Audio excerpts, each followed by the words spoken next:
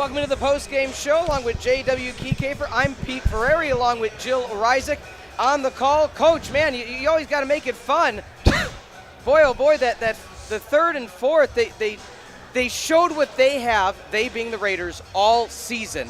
It's kind of like we expected that in set 1 and 2. They just made, as Jill said, they made a lot of errors, but set 3 and 4, they cut it down and they made it close. Yeah, I just think it's on our side of the net. I'm so sorry for blowing people's headphones out there. I just think it's on our side of the net. You know, we went down 2-7 or something like that in the third set. And I should have called timeout. We should have called timeout there. I made an active decision to let these 18-year-olds play volleyball and try to figure it out themselves. Yeah. You know, can't do that in April. You got to go win. And we didn't do that in the fourth set. I was calling timeouts early, trying to keep our lead. Yeah. We subbed Gene and Ben Heisen there at the end to go make the offensive play. And what a great out-of-system set by Gene McNulty there to end the match. And Keegan Brummett was awesome today. He kept the pedal down. He kept swinging hard, and that's his MO. He keeps swinging for points and was really proud of what he did today and what he earned today offensively. That kid swings, and he's pretty physical. His arm's pretty elite. So proud of Keegan Brummett for taking those big swings and those big moments. And our first set win by 2 points there. We got the monkey off our back. Wow, that was fun. We finally got a big one. So, yeah, that third set's on me. I mean, maybe not on me. I'm trying to teach these guys that they got to go out and they got to go stay locked in mentally to win a match. You can't. MSOE is a good volleyball team. I told the guys in the locker room, we're not going to play bad teams. That doesn't help us get better. And so when you take a break mentally, we got called out of rotation for leaving early, some bad passes there. There was another error in there that was just on our side of the net. And I told the guys going into 4, I'm not going to bail us out early in the season. I'll bail you out in April. I'll bail you out in the fourth set. Yes, I'll do that for you. But we got to learn to put people away. And we got to stop being 18-year-olds and 20-year-olds, and we got to start being 22-year-olds when we're playing against 22-year-olds. So that's the message of the day for us is stay locked in, keep playing Carthage volleyball, and you don't get to break until you earn it. So I'm proud of them for earning that break there and earning a little bit of time off for the weekend here. Yeah, you mentioned Keegan Brummett. He had 11 kills tonight. We could see the aggression in your players. What did you tell them after the third set loss to get them focused and come out on top? Yeah, I thought we started that fourth set like we started 1 and 2. I really did. I thought we started playing Carthage volleyball. We stayed locked in from the service line. And yeah, I just told you what I told them about set 4. Like we got to dictate play. We can do that. We're one of the best teams in the country.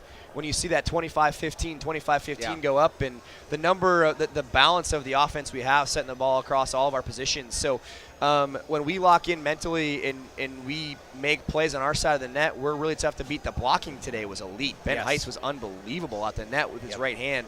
Ryan Cholowinski's effort to go from pin to pin is just unreal. And we've been working on that stuff all season as blockers, and really, really proud of Ryan Cholowinski and Ben Heist for taking control of the net. We say all the time, take your space and own it, own the net, and boy, did Cholowinski and Heist do a great job of that. Keegan's has a spectacular arm. You saw that on display all day today. He was hitting it hard, and that's his that's what he has. That's his gift, and when he uses it well, he's impossible to stop. So, we kind of leaned on him a lot there as that match went on, and we do that's Carthage volleyball for us. We lean on our outside hitters to produce at a really high rate, and so you know we're kind of trying to figure out who's going to win that outside position, and Keegan did a great job of that today. And they know when they get in, they're going to get volume because we always give volume to those left sides. So, proud of Keegan for taking advantage of his opportunity today. He played really well. Yeah, and you were able to have such a fluid rotation throughout all 4 sets. How does having so many different players you can trust affect your game? Yeah, great question. I think, you know, you go into each season trying to figure out, like as a coach, how to use your strength the best you can. We had different strengths in the 2021 and 2022 seasons. I think part of it was our depth, but there were some different strengths of those teams. This team's ultimate strength is its depth, how complete this roster is, and we are beat up. We have so many injuries we're going through, and so it's not just that we played a lot of guys again today, probably around 10 or 11, something like that. But there's also like 3 or 4 guys that are hurt on the bench next to me that could be playing. As well as the guys on the bench that are actively dressed. Like we can go 15, 16 deep in a match. And that's this team's ultimate strength, and that's why we came out in the 6-2 to start this season. Is we trust so many guys this year. Keegan Brummett, Drew Jansen, Mitch Geiger, Owen Otto on the left. We go 4 deep, and you can go deeper than that. Michael Yem got some action today from the service line. Talk about those 2 setters and Gene McNulty and Ryan Morey. We go 2 deep there, 3 deep. If Joe Kolitz was healthy, we'd be going 3 deep with him.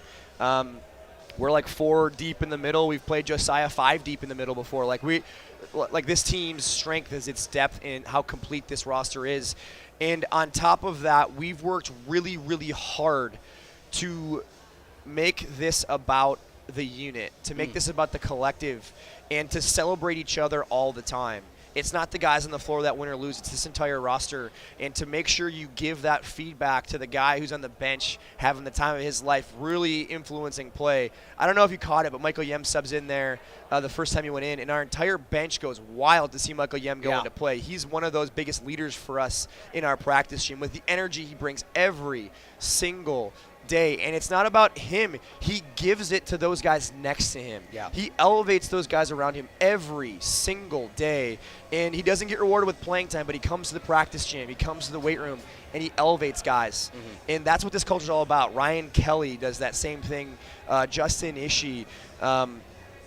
Keegan does a great job. Josiah does a great job. Easton does a great job. There's so many guys that elevate us that aren't playing the primetime minutes, the primetime positions. And the guy 24 is just as important as guy 1 in how this group goes. And I'm so happy that we've bought into that each person is helping us win in their specific role. And it makes the gym fun to go to every single day because everybody's elevating us, not just those guys who are playing. We saw piggyback rides. I didn't even notice it at first. But Jill's like, we didn't see their face, so we couldn't tell who. But we're going to corral that a little bit. We saw squats, like assisted squats with them. The bench rule is they got to have 2 feet on the ground. So piggyback rides are not 2 feet on the ground. So we're going to have to police that one a little bit better. Sorry, I just called somebody out. No. I saw it throughout the match, Peter. You didn't call them out. They're having fun. And I think one of the things we've talked about my entire career here is competing hard. Competing is not exclusive from having fun. You can compete and have fun at the exact same time. They're not mutually exclusive. You can do both.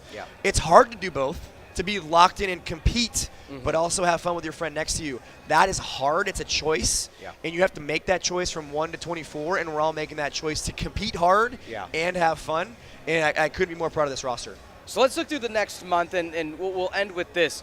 You're gone for a month, Coach. How do you navigate that? As Jill was telling us, in her playing days, that's not the easiest thing to do because you have your home focus and the home advantage, which we always love here at the Pit. But how are you navigating it, especially because it's not only out of town, it's out of town then conference play hits? We're on the road to Loras. Conference play starts right away here on Friday. So I'm excited, to be honest with you. We've taken this young group on the road. We've played, 3 home games even? We haven't even played that many matches at home yet. So, we've taken this young group on the road, and we're learning every single day about who we are. And it's easier to learn on the road than it is to learn at home. At home, you get that lift from the crowd. On the road, it's you. It's me, myself, and I, baby. We got to go make plays together. And so that's the way we're handling this. We're handling this about coming together. We're all going to make plays. We're going to earn it. We're going to learn about ourselves and learn about each other, and we're going to find ways to make plays. So it's only going to make us better when we get to spend that last half of conference play at home. And so that's the way you got to treat it. Go out and elevate yourself to that challenge. Loras is unbelievable.